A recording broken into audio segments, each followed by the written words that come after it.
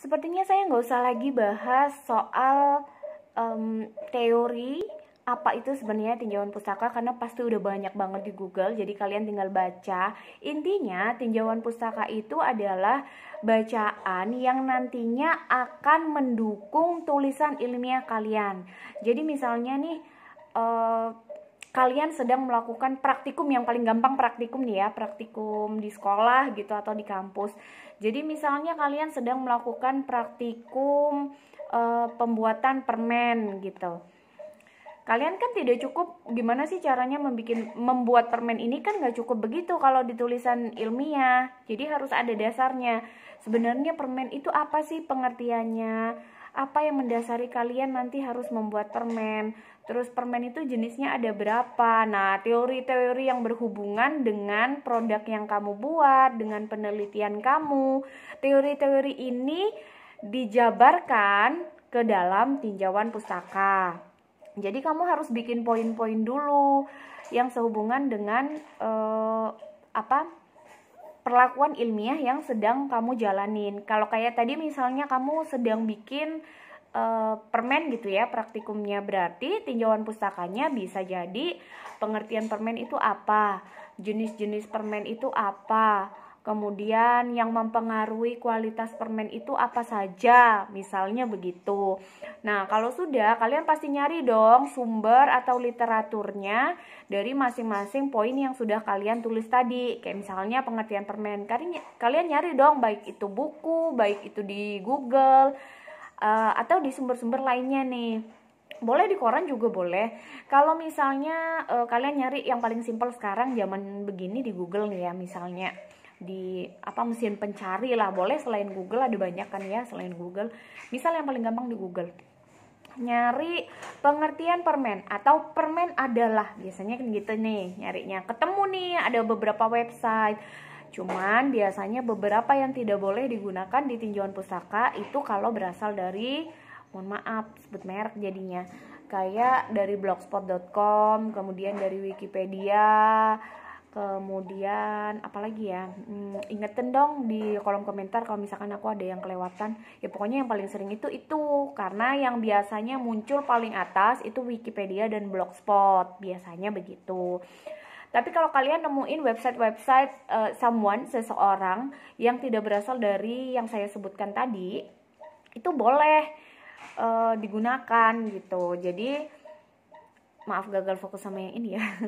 Jadi kayak misalnya saya punya website nih, website saya misalnya namanya alfiana.com, itu boleh kalian pakai gitu. Di situ menyebutkan pengertian permen. Permen adalah bla bla bla, panjang nih pembahasannya. Kalian cuma ngambil bagian pengertiannya permen saja, permen adalah saja, satu paragraf misalnya, atau cuma 2 kalimat. 2 kalimat ini kalian ambil, kalian masukkan ke tinjauan pustaka kalian. Itu boleh banget, dan jangan lupa ditulis, boleh di awal, boleh di akhir. Tulisannya begini. Menurut Alfiana kurung buka tahun berapa dia menulis tulisan itu biasanya ada identitasnya sih di dalam website itu, atau kalau di buku ya bukunya berarti dicetak tahun berapa. Misalnya di website itu di atas atau di bawah sendiri kan ada nama pengarangnya, terus ada tahunnya, tahun berapa gitu ya dia nulis. Kalian cari, oh misalnya tahun 2010 nih, ya udah berarti menurut Alfiana kurung buka 2010 kurung tutup menyatakan bahwa atau menyebutkan bahwa permen adalah bla bla bla bla bla. Nah, itu kalian salin tuh, harus sama persis 2 kalimat yang tadi. Udah, kalau sudah disalin begitu 2 kalimat sudah sesuai sama persis dengan kalimat yang kalian kutip. Berikutnya kalian boleh mengembangkan sendiri nih, sedikit mengembangkan sendiri, kemudian ditambahkan dengan literatur orang lain lagi yang sehubungan dengan pengertian permen tadi, itu boleh. Sampai sini paham gak sih ya? Atau saya yang kurang enak gitu menjelaskannya? Tapi ya udahlah, by the way saya anggap kalian paham. Berikutnya yang lebih sulit lagi adalah penulisan daftar pustaka. Ini agak sedikit rumit nih. Jadi saya akan tuliskan saja jelek-jelekan gimana caranya tuh nulis daftar pustaka. Simak baik-baik. Jadi penulisan daftar pustaka, kalau misalnya tadi ada 3 sumber gitu ya, katakanlah 3 sumber, di tinjauan pustaka yang kamu pakai. Yang satu dari website seseorang misalnya. Terus yang kedua ini ada dari buku.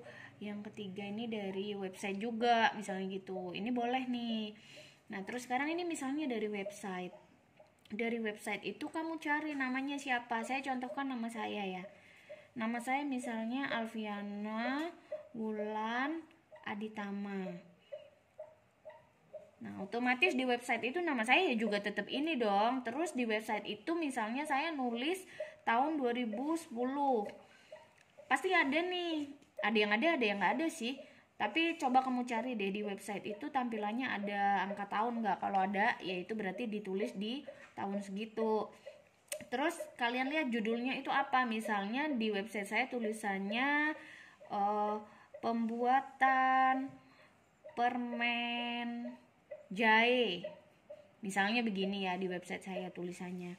Terus website saya itu tulisannya www.anekailmubaik.com. Misalnya begini. Jadi penulisan daftar pusakanya, nama saya kamu balik nama yang spasi 1, terus Alfiana Wulannya tetap Alfiana Wulan titik, terus tahunnya 2010 titik spasi judulnya pembuatan permen jahe, kamu tulis miring pembuatan permen jahe. Nah, ini ada yang ditulis miring, kemudian ada yang ditebalkan, ada yang di garis bawah. Jadi ada yang bold, ada yang di garis miring, ada yang di garis bawah.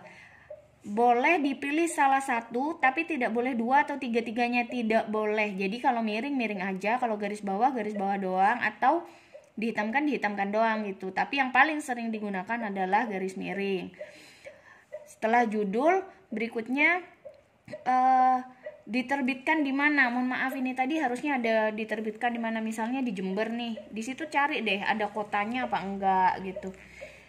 Misalnya saya tulis di Jember titik 2. Baru di sini penerbitnya apa? Kalau buku ditulisi buku. Kalau misalnya ini tadi bukan website, ini bukunya Erlangga misalnya ya.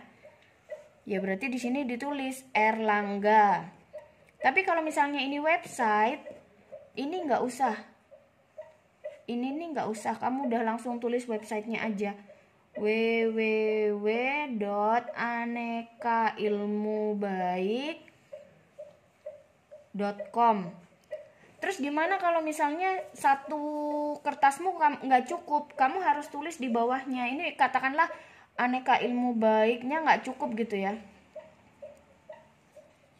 Ini misalnya cukup untuk www titik, ini katakanlah ini batas akhir kertasmu.